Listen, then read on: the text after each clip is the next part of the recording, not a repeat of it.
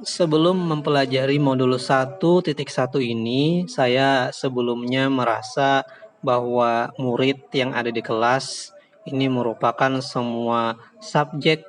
yang harus kita ajarkan dengan cara yang sama dan berharap mereka memiliki output yang sama pula dan mereka suka ataupun senang dengan cara kita mengajar ataupun cara kita menyampaikan pembelajaran dan cara mendidik mereka. Nah, pastinya hal ini sangat jauh dari apa yang saya telah pelajari selama mempelajari modul 1.1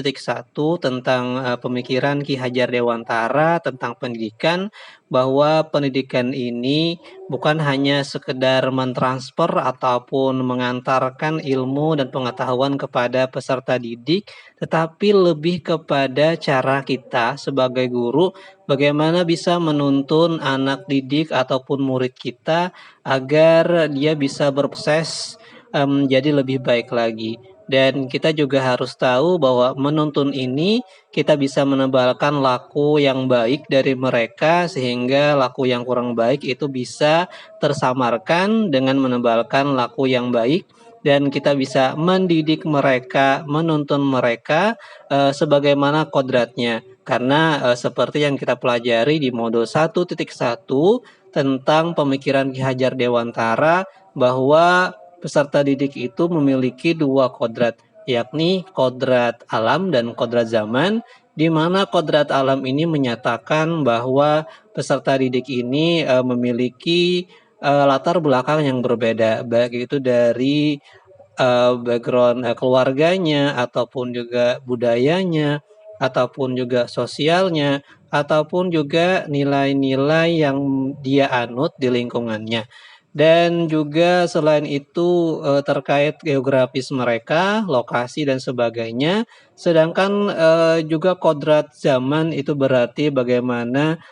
bisa kita mengajar peserta didik menyesuaikan dengan zaman yang kita lalui saat ini. Yakni di saat ini kita mulai sering menggunakan teknologi misalnya berupa smartphone ataupun handphone atau juga penggunaan beberapa alat seperti Chromebook yang bisa kita maksimalkan untuk mencapai tujuan pembelajaran kita. Sehingga saya kemudian merasa perubahan yang saya alami dari pemikiran sebelum dan setelah mempelajari modul ini adalah saya meyakini bahwa nantinya saya harus bisa mengaplikasikan nilai-nilai yang ada dari pemikiran Ki Hajar Dewantara untuk nantinya diaplikasikan di dalam kelas. Dan salah satu yang membuat saya sangat bersemangat ataupun juga merubah diri saya adalah bahwa saya harus memahami dan juga saya harus mulai bisa untuk menuntun peserta didik untuk bisa mengajarkan ataupun membentuk karakter mereka sebaik mungkin, mendidik mereka sesuai dengan kodrat alam dan kodrat zamannya, dan pastinya juga bisa menebalkan laku yang baik pada mereka. Dan harapan saya adalah saya bisa menerapkan di dalam kelas untuk membiasakan peserta didik untuk mereka bisa berproses sesuai dengan diri mereka masing-masing, tidak memaksakan target pembelajaran kepada setiap individu untuk mendapatkan hasil yang sama, tapi menghargai proses yang mereka alami selama belajar di kelas yang saya ajar. Demikianlah yang